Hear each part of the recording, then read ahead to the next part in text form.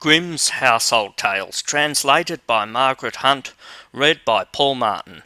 This audiobook and its underlying text is in the public domain. Number 44. Godfather Death. A poor man had 12 children, and was forced to work night and day to provide them with bread. When therefore the 13th came into the world, he knew not what to do in his trouble, but ran out into the great highway, and resolved to ask the first person whom he met to be godfather. The first to meet him was the good God, who already knew what troubled him, and said to him, "Poor man, I pity you. I will hold your child at its christening, and will take charge of it, and make it happy on earth." The man said, "Who are you?" "I am God." "Then I do not desire to have you for a godfather," said the man. "You give to the rich and leave the poor to hunger." Thus spoke the man, for he did not know how wisely God apportions riches and poverty. He turned therefore away from the Lord, and went farther. Then the devil came to him, and said, "What do you seek? If you will take me as a godfather for your child, I will give him gold in plenty, and all the joys of the world as well." The man asked, "Who are you?" "I am the devil." "Then I do not desire to have you for godfather," said the man. "You deceive men, and lead them astray." He went onwards, and then came Death striding up to him with withered legs, and said, "Take me as godfather." The man asked, "Who are you?" "I am Death, and I make all equal." Then said the man, "You are the right one. You take the rich as well as the poor, without distinction. You shall be godfather." Death answered, "I will make your child rich and famous, for he who has me for a friend can lack nothing." The man said, "Next Sunday is the christening. Be there at the right time." Death appeared as he had promised, and stood godfather quite in the usual way. When the boy had grown up, his godfather one day appeared, and bade him go with him.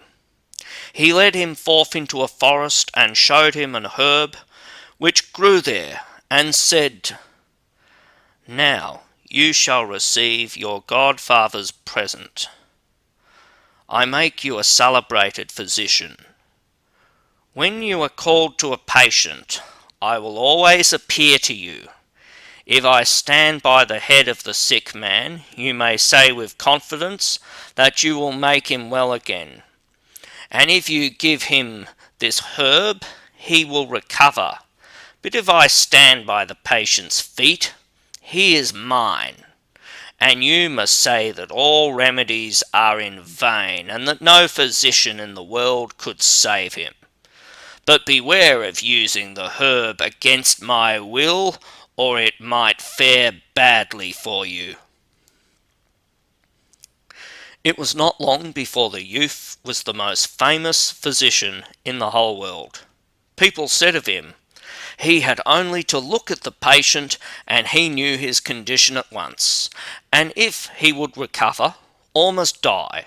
From far and wide people came to him, sent for him when they had anyone ill, and gave him so much money that he soon became a rich man.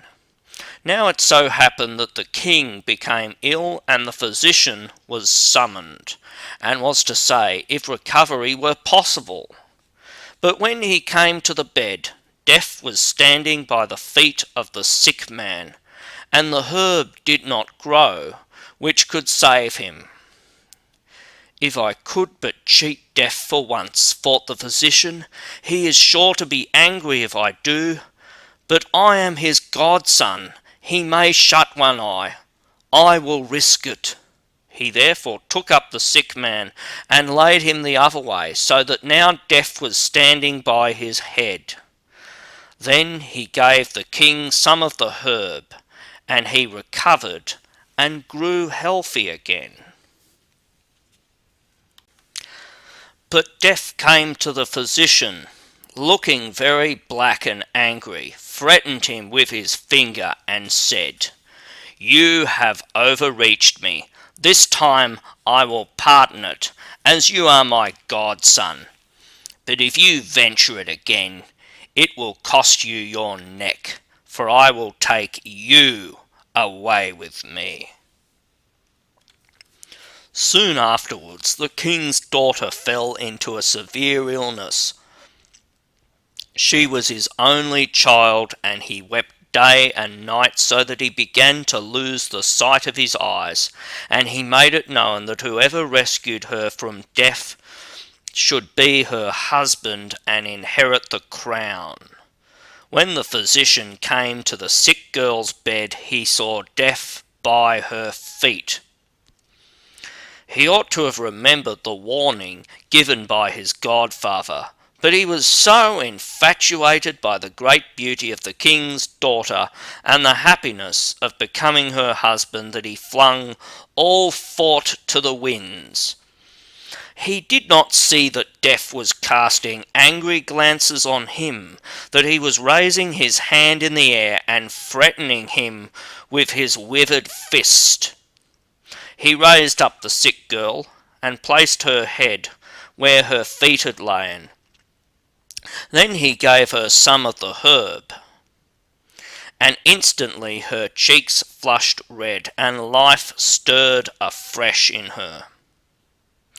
When Death saw that for a second time he was defrauded of his own property, he walked up to the physician with long strides and said, "All is over for you, and now the lot falls on you," and seized him so firmly with his ice-cold hand that he could not resist, and led him into a cave below the earth. There he saw how thousands and thousands of candles were burning in countless rows, some large, others half-sized, others small. Every instant some were extinguished, and others again burnt up, so that the flames seemed to leap here and there in perpetual change. "See," said Death, "these are the lights of men's lives.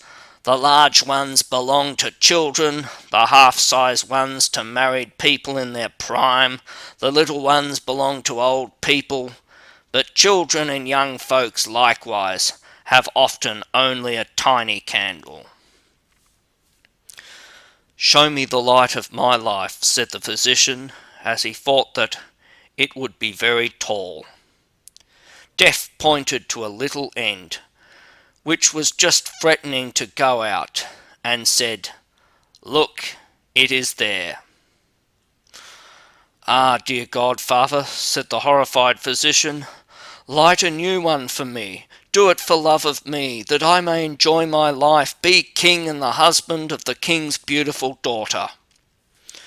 "I cannot," answered Death. "One must go out before a new one is lighted." "Then place the old one on a new one that will go on burning when the old one has come to an end," pleaded the physician. Death behaved as if he were going to fulfil his wish, and took hold of a tall new candle, but as he desired revenge, he purposely made a mistake in fixing it, and the little piece fell down and was extinguished. Immediately the physician fell on the ground, and now he himself was in the hands of Death.